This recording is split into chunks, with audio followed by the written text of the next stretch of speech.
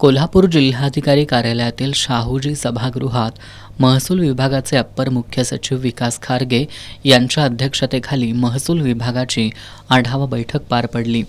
या बैठकीला जिल्हाधिकारी अमोल येडगे, अप्पर जिल्हाधिकारी संजय शिंदे, निवासी उपजिल्हाधिकारी संजय तेली यांची प्रमुख उपस्थिती होती। बैठकीपूर्वी जिल्हाधिकारी कार्यालयातील विविध शाखांना अप्पर मुख्य सचिव विकास खारगे यांनी भेटी दिल्या। यावेळी बोलताना त्यांनी नागरिकांची प्रलंबित प्रकरणं, त्यांच्या तक्रारींची वेळेत दखल घेऊन प्रकरणं तात्काळ मार्गी लावा, नागरिकांना सेवा देताना दिरंगाई करू नका, अशा सूचना खारगे यांनी दिल्या। महसूल विभागातील अधिकाऱ्यांनी पुढाकार घेऊन आपली कामं प्रामाणिकपणे आणि चोखपणे पार पाडून जिल्ह्याची प्रगती साधावी। तालुका स्तरावरील प्रलंबित कामं पूर्ण करण्यासाठी अधिकाऱ्यांनी केवळ कार्यालयात बसून काम न करता आठवड्यातून एक दिवस क्षेत्रीय कार्यालयांना भेटी द्याव्यात। आपल्या क्षेत्रातील कामं समन्वयानं करावीत।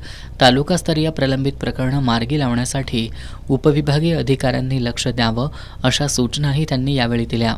यावेळी जिल्हाधिकारी अमोल येडगे यांनी जिल्ह्यातील महसूल विभागातील कामांचा आढावा सादर केला।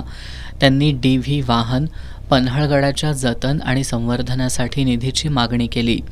शेंडा पार्कमधील IT पार्कसाठीची जागा, उच्च न्यायालयाच्या कोल्हापूर सर्किट बेंचसाठी जागा, विकासवाडीमधील क्रिकेट स्टेडियमच्या जागेचा विषय मार्गी लावावेत। जिल्ह्यातील तलाठी आणि मंडल अधिकाऱ्यांना दैनंदिन कामांसाठी लॅपटॉपच्या प्रस्तावाला तातडीनं मंजुरी देण्यात यावी, अशा मागण्या केल्या।